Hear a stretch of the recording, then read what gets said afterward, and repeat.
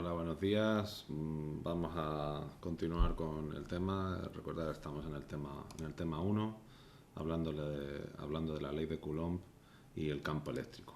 En la última clase estuvimos hablando de los conceptos de carga y introdujimos la ley de Coulomb, que no era otra cosa que la ley o la descripción matemática de cómo interaccionaban las cargas entre sí mediante la fuerza, ¿no? Esa interacción se describía con una fuerza y principalmente lo que vimos era que esa fuerza era inversamente proporcional al cuadrado de la distancia, dependía proporcionalmente de las cargas que estuvieran implicadas y si las dos cargas tenían el mismo signo, esa fuerza era repulsiva y si tenían signos contrarios era atractiva. En esta clase lo que vamos a ver es una descripción vamos a hablar del campo eléctrico, de las líneas de campo y finalmente hablaremos del dipolo eléctrico, ¿vale? Bueno, pues ¿qué es esto del campo eléctrico? El campo eléctrico se define de la siguiente forma. Es un campo vectorial que representa los efectos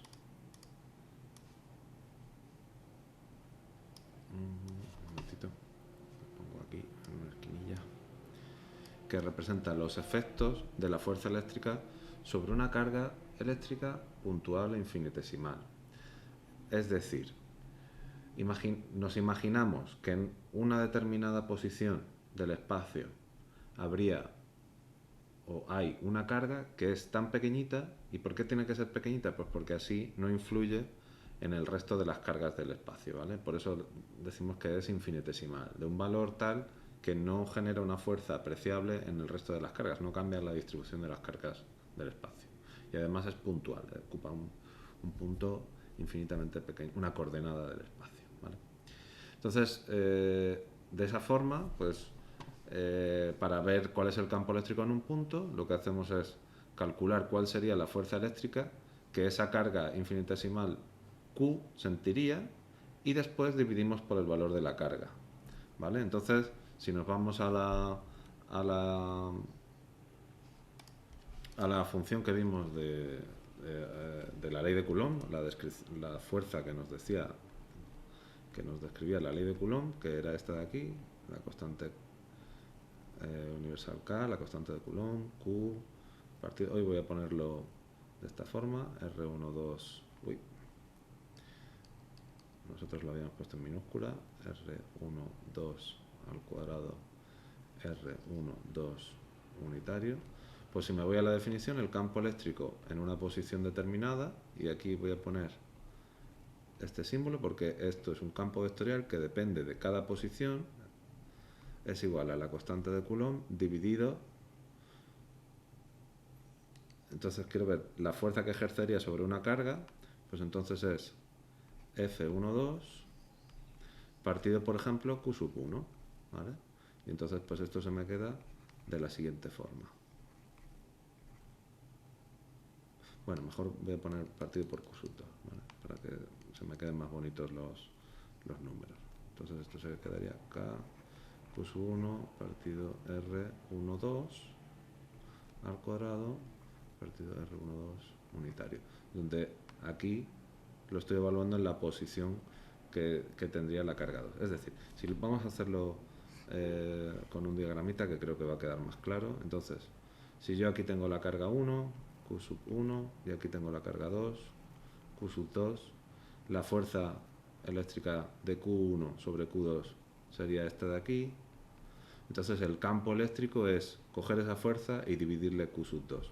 Solo que en general en la definición no le llamamos Q sub 2, sino que es una carga infinitesimal que ni la nombramos, y como solamente ya nos queda una carga, pues no hace falta ni siquiera ponerle el apellido, ¿vale? Y entonces, por eso la definición de campo eléctrico para cargas puntuales lo hacemos de la siguiente forma, la ponemos así. Esta es la constante de Coulomb y ahora esto es cada una de las cargas que quiero utilizar para ver el campo eléctrico, que se crea en la posición R, que es la posición relativa, donde R grande es la posición relativa entre el sitio donde yo quiero calcular el campo menos la posición de cada una de las cargas que está creando ese campo, ¿vale?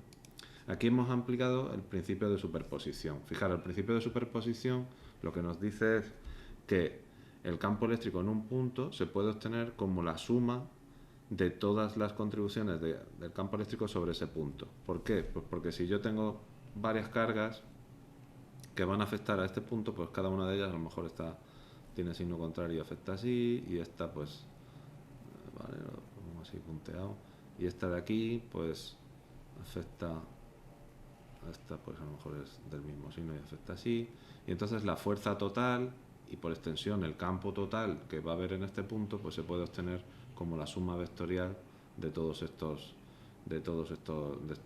de las fuerzas de cada una de ellas por separado, ¿vale? Al final las fuerzas se van sumando y entonces al final pues los campos eléctricos también se pueden describir como que se están sumando. Muy bien, entonces esta sería la definición de campo eléctrico, constante de Coulomb, y después cojo cada una de las cargas, miro los vectores de posición relativos entre esas cargas y las cargas, entre la posición en la que yo quiero calcular el campo y la carga que está originando el campo. Y bueno, ¿y qué pasa si tengo un montón de vectores? O sea, perdón, un montón de carga, ¿no? Un cuerpo extenso, por ejemplo, este de aquí. Bueno, pues en ese caso, fijaros, si yo quiero calcular el campo eléctrico en este punto, y aquí pues esto es un cuerpo que está formado por un montón de carguitas, un continuo de carga, ¿vale? Una distribución continua de carga, pues lo que hago es trocear esto en cachitos, ¿vale? Lo troceo en cachitos, voy a coger otro color, lo troceo en cachitos, bueno, mejor verde. Y este cachito, pues miro cuánto contribuye al campo eléctrico en este punto, ¿vale? Entonces, pues ahí ya tengo un vector. Este de aquí, este cachito de aquí, lo mismo.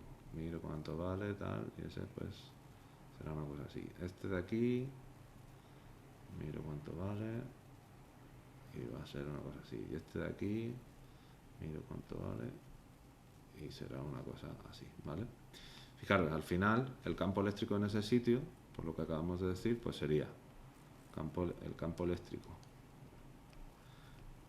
en esta posición, vamos a decir que esto es R, pues es la constante de Coulomb más Q, este cachito, vamos a llamarlo Q sub 1, este Q sub 2, Q sub 3, Q sub 4, Q sub 1 partido la distancia entre este punto y Q sub 1, ¿vale? Y a eso lo voy a llamar R grande de 1 al cuadrado, multiplicado por el vector de posición relativo, más Q sub 2 partido la distancia de 2 por R2 vector, más, y así hasta que haya contado cada uno de los cachitos. Yo aquí me he saltado algunos cachitos, pero tendría que contar cada uno de esos cachitos. Bueno, fijaros, esto es una suma finita, pero hay una definición que es la definición de integral, que consiste en sumar infinitas veces cachitos de algo infinitamente pequeños, infinitesimales, ¿vale? Y eso es la definición de integral.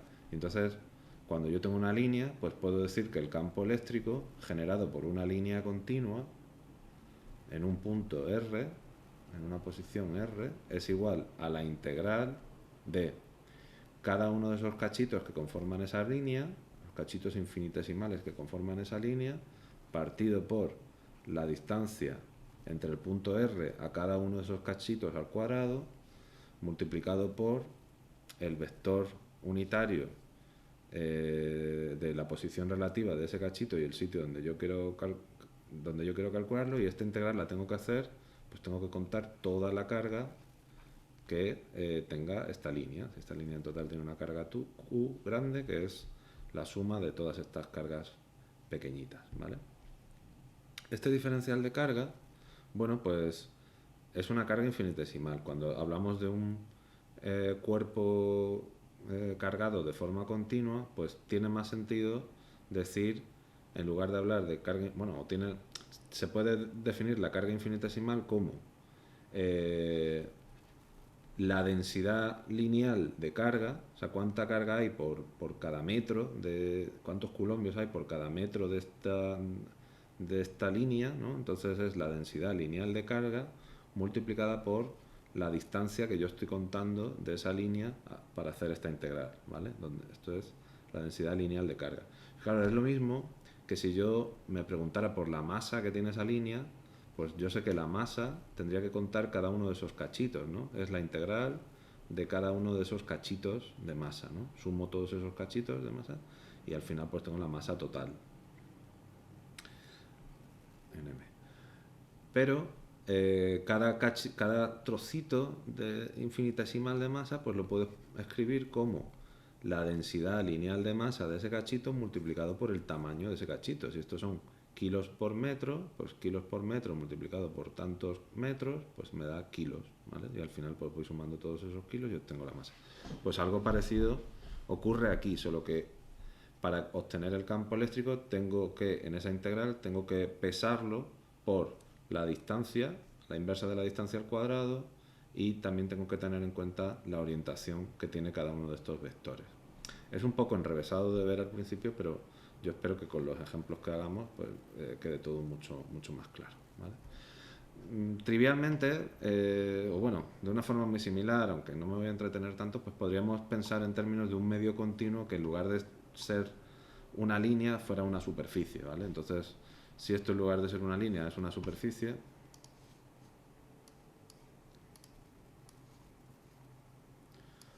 pues tengo una superficie, la operación es exactamente la misma, ¿vale? Divido esta superficie en cachitos infinitesimales, que esta vez son diferencial de S, y entonces el campo eléctrico, y si quiero ver el campo eléctrico en este punto, ¿vale? Pues, bueno, en este punto de aquí, pues tengo que ir haciendo las contribuciones de cada uno de esos cachitos, cuento este, cuento este, cuento este, y así pues obtengo al final el campo eléctrico. Solo que esta vez, en lugar de tener que integrar solamente a lo largo de una línea, pues tendré que integrar en una superficie. Eso es una integral superficial, el concepto matemático de integral de superficie, que ya sabéis que al final, pues en el fondo es dos integrales, ¿no? En lugar de una integral, pues son dos integrales, pero lo podemos expresar pues de esta forma. Al final esto es igual, es r al cuadrado por r unitario, pero esta vez el diferencial de Q es la densidad de carga superficial multiplicado por el diferencial de superficie. El diferencial de superficie, pues bueno, si estamos por ejemplo en el eje, en una superficie que está en alguno de los planos, en el plano cartesiano xy, pues puede ser por ejemplo diferencial de x, diferencial de y. Son dos diferenciales porque esta integral es doble, ¿vale? Una integral para x y una integral para y. Bueno, eso es un poco, es integrales de superficie, creo que ya habéis visto eso en la asignatura de cálculo y bueno, se sale un poco de lo que las vamos a necesitar, pero no me voy a poner yo a explicar las integrales de superficie, ¿vale? Y bueno, y lo mismo, pues si en lugar de una superficie es un volumen, pues exactamente igual. Esto se sustituye por una densidad de volumen, densidad de volúmica de carga, o sea, cuánta carga hay por unidad de volumen. Si estas son coulombios por metro cuadrado, pues la densidad volúmica de carga es coulombios por metro cúbico, y así, ¿vale? Entonces, pues si en un problema se me juntan cargas puntuales, líneas, densidad de superficies y volúmenes, bueno, pues directamente lo meto todo, sumo las contribuciones de forma individual, las que sean continuas pues tengo que utilizar su integral continua y ya está, ¿vale? Vamos a hacer un ejemplito, esta vez este primer ejemplito solamente vamos a hacer cargas puntuales, para familiarizarnos un poco con todos estos conceptos. Voy a quitar, mejor, bueno, me voy a quedar por aquí. Me voy a poner en este ladito, que creo que, no sé, estorbo en todos lados. Vale. Pues me dicen calcular el campo eléctrico generado por las cargas Q1 y Q2, que valen 12 nanocoulombios y menos 12 nanocoulombios en los puntos A, B y C. Voy a hacer solamente, voy a hacer el A y el C, ¿vale? Porque creo que no tiene mucho sentido que haga más. Voy a hacer el A. El B es que es muy similar al A, entonces no lo veo tan interesante. Entonces el A, vale, pues ¿qué nos dice? Solamente tenemos dos cargas, ¿vale? Entonces, por el principio de superposición, pues puedo descomponer el problema en dos. Uno es el campo eléctrico que crea la carga 1 y otro es el campo eléctrico que crea la carga 2. Yo sé que el campo eléctrico final pues tiene que ser, este es para el punto A, ¿vale?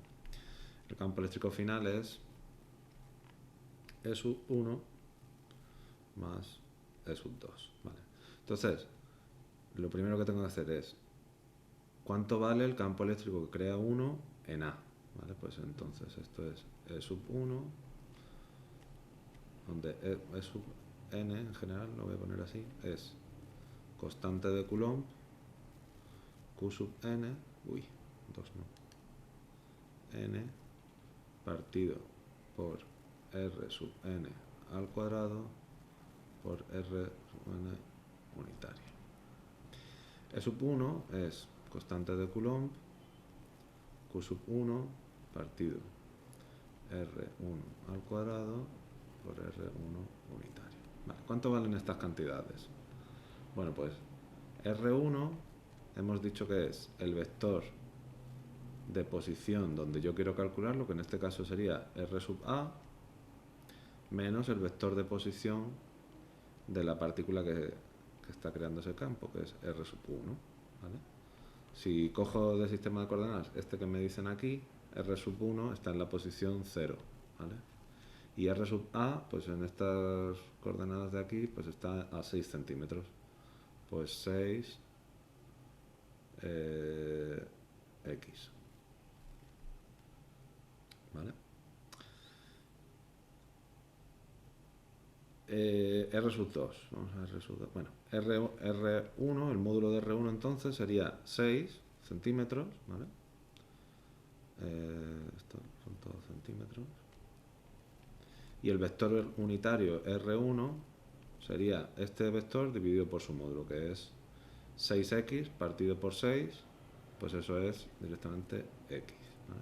Entonces ya lo tengo todo, puedo sustituir aquí arriba y ya tengo el campo eléctrico K, Q sub 1 partido por...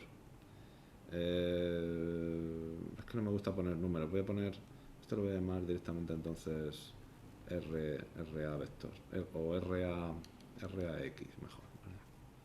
Entonces es RA al cuadrado y R1 es directamente X, ¿vale? Pues ahí ya tenemos el primer campo eléctrico. Como esta carga es positiva, Q sub 1 es positivo, pues esto es un número positivo, esto es un número positivo y la constante de Coulomb es una constante positiva también. Entonces, esta cantidad de aquí que acompaña la X es positiva, entonces el campo eléctrico de A, fijaros, está aquí dibujado, el campo eléctrico que crea 1 en A apunta hacia la derecha. Vamos a ver qué ocurre con el campo de 2. Pues esto es K, Q sub 2 partido R2 al cuadrado por R2. Vamos a ver cuánto vale R2. R2 es el vector de posición de 2. No, perdón, el vector de posición donde yo quiero calcular el campo, que es RA, menos el vector de posición de 2. El vector de posición es 6 centímetros y el vector de posición de 2 es 10 centímetros, ¿vale? El vector de posición de 2 es 6 más 4, 10. Está aquí, ¿vale? Entonces esto en total es menos 4 centímetros de X, ¿vale? Bueno, sí, lo voy a dejar con números mejor. Entonces, el vector de posición, fijaros, esta es la jugada. A ver, esto de aquí es R2, eso es el vector R2. Esto de aquí es el vector RA. Y entonces, RA menos R2 es este vector menos este vector, y por eso apunta hacia acá, ¿vale? Este es el vector R2 grande, que es RA menos R2, ¿vale? Esto es importante tenerlo claro, por eso estoy haciendo énfasis. Y entonces, pues esto es la constante de Coulomb, Q sub 2 es negativo, menos 12, no le voy a poner las unidades aquí, sí, venga, sí. Nanocoulombios, nano es 10 a la menos 9, y esto es menos 4. Vamos a ver cuánto vale R2, el módulo de este vector es directamente 4 centímetros, ¿vale? Recordar que es esa cantidad con signo positivo. ¿Y el vector unitario cuánto vale? De R2. Pues es el vector dividido por su módulo. Entonces es menos 4 centímetros X dividido por 4 centímetros. Entonces es menos X. Entonces esto es 4 centímetros al cuadrado y esto es menos X. ¿Vale? Fijaros, este menos se va con este menos y al final pues esto me queda una cantidad que será la que sea, pero es positiva, ¿vale? Entonces es, voy a ponerlo así, 2 de X, la componente X, por X, pero esto de aquí es positivo. Es decir, al final, esto aquí genera un campo que en principio quiere ir hacia la carga negativa, porque es... quiero decir, el campo eléctrico que se genera aquí quiere ir hacia la carga negativa. Fijaros, como la carga testigo que ponemos es positiva, pues los campos eléctricos que generan cargas positivas salen hacia afuera, o sea, emanan de las cargas positivas. Mientras que los campos eléctricos generados por las cargas negativas, como la carga testigo es positiva, pues quieren ir hacia la carga, la fuerza que se atraería sería atractiva, y entonces la fuerza que se crearía sería atractiva, y entonces es las líneas o el campo eléctrico va hacia las cargas negativas, ¿no? Entonces, el campo eléctrico que crea esta de aquí es hacia la derecha y el campo eléctrico que crea esta de aquí también es hacia la derecha. Se suman los dos y por eso da este vector apuntando hacia la derecha. Para obtener el campo total, pues sencillamente sumo estos dos números, que son los dos positivos, y ya hemos terminado. Si queréis lo pongo explícitamente, no voy a hacer el cálculo numérico. El campo total en RA pues es K Q sub 1 partido R sub A al cuadrado de X más K por Q sub 2 partido. Esto es RA menos R2 al cuadrado por menos X. Pero como esto es negativo, pues por eso al final se va a quedar, esto también contribuye de forma positiva a la componente X, ¿vale? Muy bien, pues ese sería el A. Bueno, creo que mejor no voy a hablar del campo en C, porque si no se me va a ir mucho tiempo. Si queréis lo hacéis vosotros o lo planteamos como ejercicio y lo resolvemos en la clase de problemas, ¿vale? Si tenéis dudas, pues lo resuelvo sin problema. Ups. Vale, vamos a hacer que esto normalmente suele dar bastantes problemas. Esto pues sería un ejemplo en el cual vamos a intentar calcular el campo eléctrico de una distribución de carga, ¿vale? Lo que hemos hecho antes es carga puntual, pero aquí lo que queremos es una distribución de carga. Vamos a ver cómo se trabaja ahí. Aquí me dice que tengo un anillo que tiene una carga positiva Q, ¿vale? Entonces esto tiene carga Q y tiene radio A. Y entonces me dice el campo eléctrico en un punto P en el eje del anillo y a una distancia X de su centro, ¿vale? Pues si cojo así un eje, el eje del anillo sería este. Voy a coger esto como el sistema de coordenadas. Voy a poner aquí el origen del sistema de coordenadas y esto entonces es Z. Esto sería X y esto sería Y, ¿vale? Y entonces, pues, si quiero el campo eléctrico en cualquier punto, en un punto P que cualquiera del eje, pues, por ejemplo, sería ese de ahí, ¿vale? Fijaros, lo que me dice la fórmula que hemos visto hace un momentito es que el campo eléctrico es igual a la constante de Coulomb multiplicado por la integral de la carga en todo el anillo, diferencial de carga partido por la distancia al cuadrado multiplicado por R unitario. Vamos a ver cómo resolvemos esto. Lo primero, cuando tenemos una distribución de carga, pues necesitamos poder expresar cualquier punto de esa distribución de forma que barriendo un único parámetro recorremos toda esa línea, ¿vale? Y entonces, cualquier punto de esta línea, ¿cómo podemos describirlo? Fijaros, pues cualquier punto de esa línea, voy a utilizar esta variable, R', lo puedo describir como es una circunferencia, pues puedo decir que cualquier punto de esa línea es A, o sea, va a ser el radio, y después pues voy a definir, mejor lo pinto así, lo miro así, ¿vale? De frente. Esto sería X, esto sería Y. Fijaros, entonces cualquier punto de esta circunferencia puedo describirlo en función de un ángulo que voy a llamar θ. Y entonces, pues, este punto, ¿cuál sería? En función de A y de θ. Pues ese punto es A multiplicado por el seno de θ, X, más A por el seno de θ, Y. ¿Vale? Donde θ pues, puede variar entre 0 y 2pi. θ pertenece al intervalo 0, 2pi. Muy bien, pues fijaros, entonces, cualquier punto de esta circunferencia, esto es el vector R, esto es el vector R', y entonces esto de aquí es el vector R grande. Fijaros, cualquier punto de esa circunferencia lo puedo describir mediante R, la posición R, menos R', ¿vale? R' no cambia. R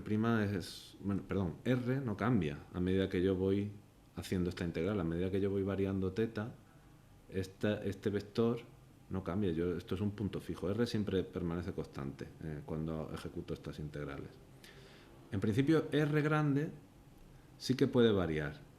R grande puede variar porque, en principio, cuando esté contando este cachito de aquí, cuando esté sumando ese cachito de ahí, el vector va a apuntar así.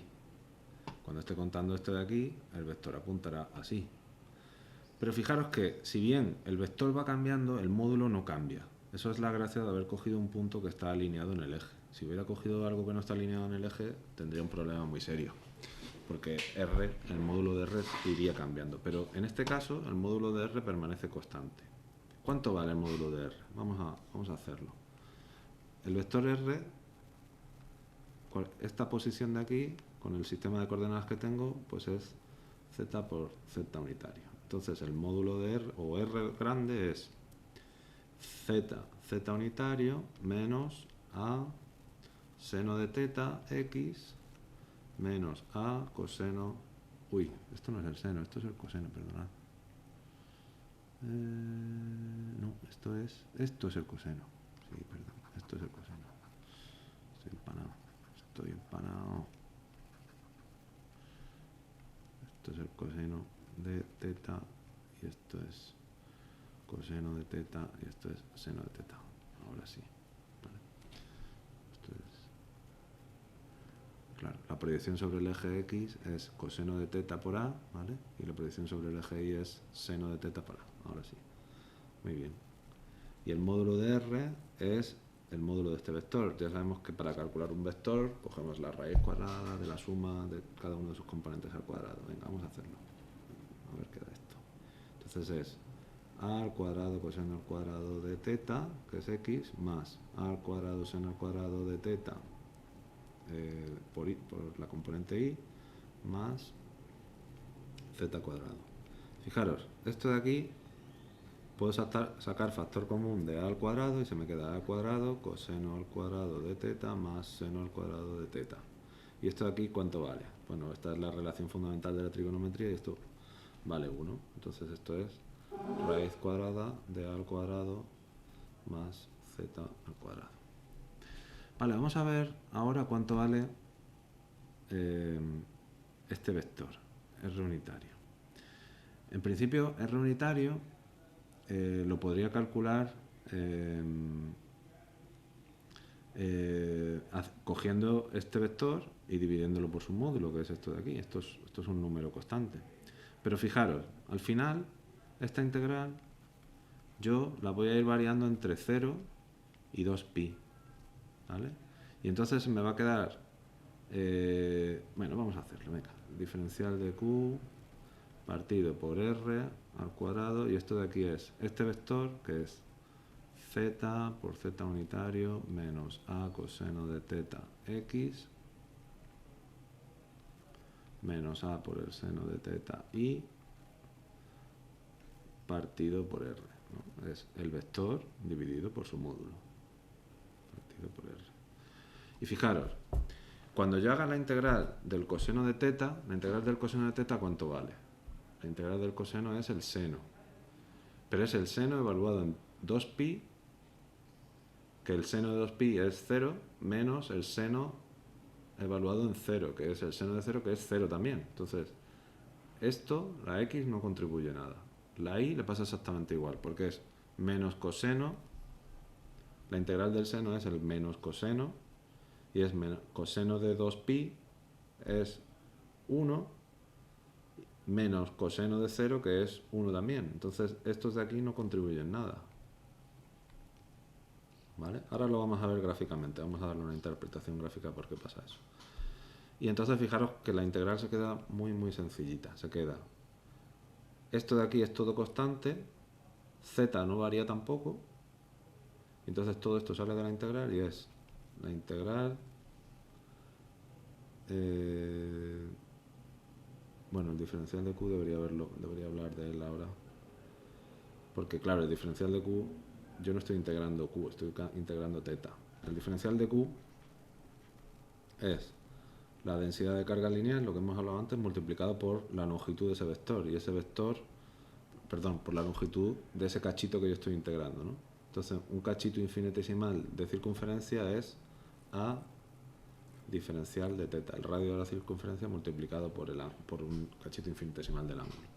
Y entonces todo esto también sale de la integral, y entonces me queda acá lambda a partido por r al cubo por z, y ahora me queda la integral entre 0 y 2pi del diferencial de teta, y esto vale 2pi. Entonces fijaros que se me queda k por lambda por a por 2pi partido por r al cubo, y esto de aquí, ¿qué es? Esto es la longitud de la circunferencia multiplicado por la densidad de la circunferencia, entonces al final todo eso es la carga.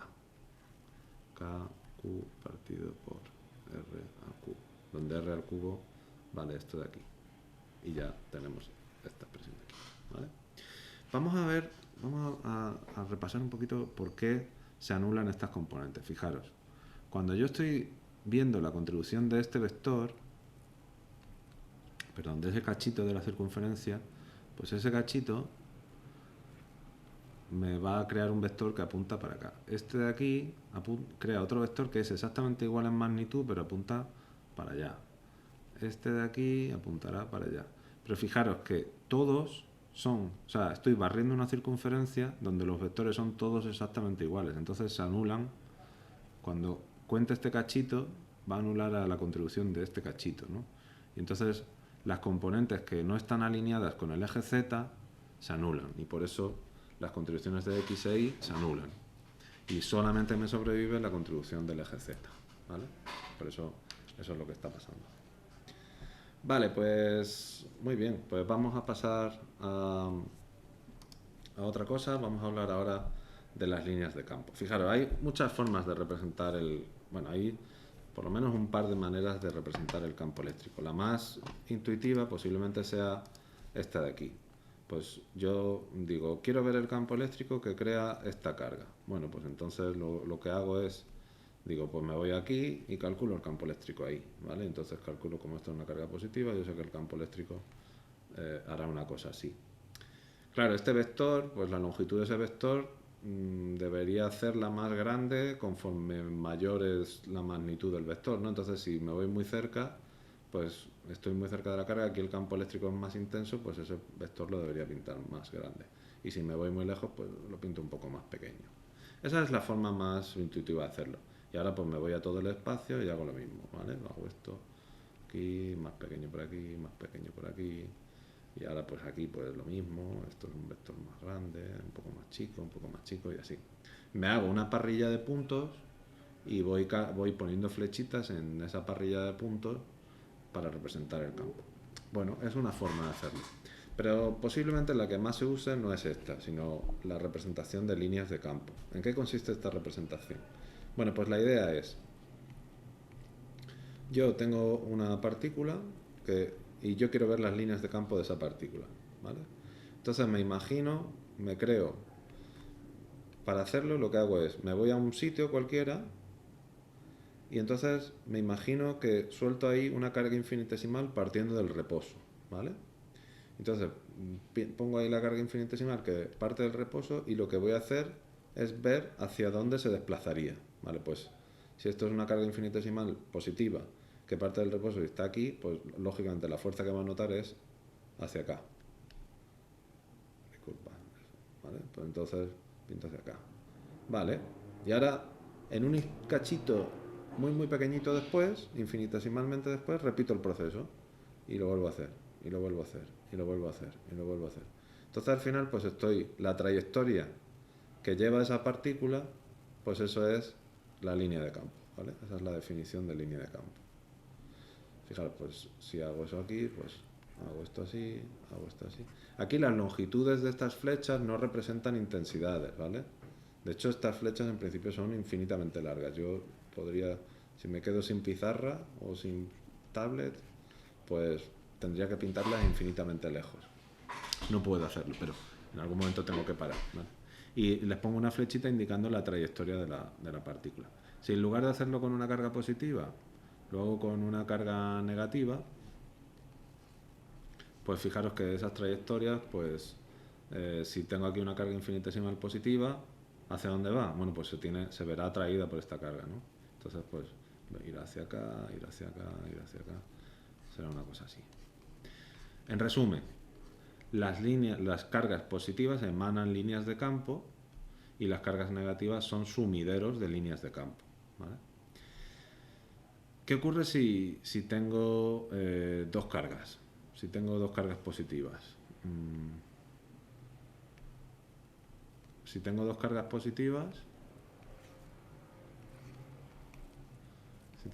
positivas, pues por ejemplo, y me voy aquí, fijaros, una carga que está aquí, pues siente el efecto de esta carga y el efecto de esta carga. Las dos son repulsivas, entonces ella quiere irse aquí, así. Y si me voy a este lado, pues le ocurre lo mismo. Y si me voy aquí, bueno, pues en principio noto esta, que será más intensa, pero también voy a notar esta, que esta me quiere empujar hacia acá, ¿no? Entonces, en principio las líneas de campo harían una cosa así, ¿vale? Esto haría una cosa así, esto haría una cosa así, una cosa así. Y ya después tengo un montón de... Si estoy aquí, fijaros que no me movería, noto dos fuerzas en sentidos opuestos. Sin embargo, si estoy aquí ya así, si me voy un poquito para este lado, pues notaría una cosa así. Entonces haría una línea, podría hacer así, otra línea podría hacer así, otra línea podría hacer así, otra línea podría hacer... Fijaros, varias consideraciones. Si me voy muy cerca de cualquiera de estas cargas, al final, como es inversamente proporcional a la distancia, si estoy muy cerca, solamente noto esta fuerza. Esta es totalmente despreciable. Si me voy muy cerca. Entonces, si me voy muy cerca, al final todas tienen un comportamiento más o menos esférico, ¿vale? Son líneas que salen radialmente. Muy cerca de una carga, las líneas de campo entran o salen radialmente. Si son positivas, salen, y si son negativas, entran.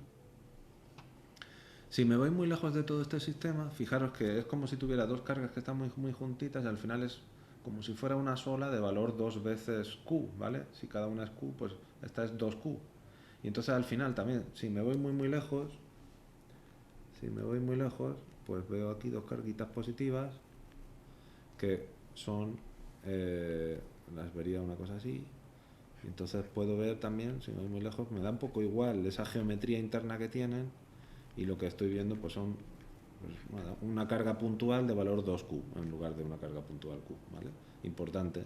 Si tengo si la suma de todas las cargas es un número, pues al final las que se van muy lejos, todas las líneas de campo que se van muy lejos, tienen que salir hacia afuera, o en total, o sea, no va a haber. Y después aquí, en este plano de aquí, fijaros que una partícula que estuviera aquí nota una fuerza que va hacia arriba, nota una fuerza que va hacia arriba y tal. Y si estoy aquí, pues así, es como si hubiera una especie de barrera, así parto del reposo, de tal forma que no se podría atravesar, ¿vale? Muy bien, vamos a ver qué pasa si tengo dos cargas. Bueno, no quiero borrar, no sé, me puede servir esto. ¿Qué pasa si tengo dos cargas, una positiva y una negativa? Bueno, pues si tengo esa situación, fijaros, hemos dicho, en las proximidades de la carga, pues esto es una cosa así, en las negativas esto es una cosa así, y después, si me voy muy lejos de este sistema, pues no veré ninguna línea de campo, no debería haber ninguna línea de campo, ¿vale? Fijaros, si tengo esto, al final esto es como si fuera suma cero, y entonces ahí no debería haber líneas de campo que salgan de este sistema, ¿no? Todas las líneas de campo de este sistema tienen que nacer aquí y morir aquí. Entonces, esta la he dibujado al revés, perdona. La he dibujado al revés. Entonces, si suelto aquí una partícula, pues tengo que ver la trayectoria que haría, siempre se va a querer alejar de la positiva y meterse en la negativa. Esta de aquí, una partícula aquí, fijaros que nota una fuerza atractiva de aquí que va a doblar la trayectoria. Pero las proximidades, ya os digo, tienen que salen radialmente, una cosa así, y así, ¿vale? Así es como dibujaríamos las líneas de campo. Es importante capturar los detalles principales, que son, en el entorno de la carga, las líneas salen radialmente, y lejos de la carga, pues ya depende. Si la suma total de las cargas tiene un signo, pues tienen que emanarse líneas o ser un sumidero de líneas, ¿vale? Más cosas sobre las líneas de carga. Cuanto más densidad de líneas de carga tengo, fijaros que la intensidad de campo es mayor. En la representación que vimos de la parrilla, la intensidad de campo era con la longitud del vector. Aquí no, aquí es cuanta más concentradas están las líneas de campo, más intenso es el campo. Entonces, fijaros que en la proximidad de una carga, pues siempre vamos a tener las líneas que se van concentrando, porque van emanando o son un sumidero de líneas de campo. Entonces ahí las líneas, de hecho, es que por la definición de carga puntual, si me acerco mucho a una carga puntual, sé que el campo es infinito, hay una singularidad. Entonces, ahí en principio tengo una concentración infinita de líneas de campo, que no se pinta, porque las líneas de campo no se pueden cruzar. Siempre salen de las cargas positivas y terminan en las negativas, y yo añadiría aquí que radialmente. Y después otra cosa muy importante es que no se cortan entre sí. Fijaros, ninguna línea de campo se puede cortar entre sí. ¿Por qué? Eso significaría que una partícula que estuviera en una línea o en un cruce de líneas de campo, pues podría seguir cualquier trayectoria. Y eso no es posible. O sigues una trayectoria o sigues otra, pero no hay cruces de línea de campo. Nunca se representa así, ¿vale? Vale, pues vamos ya para terminar, y muy rapidito porque quiero zanjar esto. Pues vamos a hablar del dipolo eléctrico. Un dipolo eléctrico pues es un sistema de una carga positiva y una carga negativa que tienen el mismo valor de carga pero cambiado de signo, ¿vale? Y están separados por una distancia d. Entonces, para ver o podemos analizar mejor el dipolo, hacer algunas simplificaciones sobre la dinámica del dipolo eléctrico cuando definimos esta cantidad de aquí, que es el momento dipolar eléctrico, ¿vale? Se define de la siguiente forma. Coges el valor en positivo de cualquiera de las cargas, o el valor de la carga positiva, y lo multiplicas por la distancia que hay entre estas dos cargas, cogida naciendo en la carga negativa y muriendo en la carga positiva, ¿vale? Y fijaros lo que ocurre aquí. Cuando yo tengo un dipolo y le aplico un campo eléctrico externo, que sería esta línea roja de aquí, estas serían las líneas de campo eléctrico, pues ¿qué ocurre? Pues la carga positiva quiere seguir por esas líneas de campo, quiere seguir esa trayectoria, pero es que la carga negativa quiere ir en contra de esas líneas de campo, ¿vale? Entonces, como estas dos cargas no se pueden, se considera que están unidas, no se pueden separar, pues entonces ¿qué ocurre? Pues que una tira para un lado, otra tira para el otro, y entonces pues el dipolo va a tender a alinearse con el campo eléctrico. Fijaros, como P estaba definido de esta forma, entonces P lo que ocurre es que él quiere alinearse con el campo eléctrico, ¿vale? Si eso ocurriera, pues entonces vemos que hay un momento de fuerza. Si recordáis lo que habéis aprendido en la asignatura de física 1 de los momentos de fuerza, pues va a imprimir un movimiento de rotación al dipolo. Es decir, el centro de masas no se va a mover, pero sí que va a percibir, pero sí que va a comenzar una rotación. Va a ganar momento angular, ¿vale? Es otra forma de decirlo. Empieza el momento de fuerza hace que tenga una aceleración angular.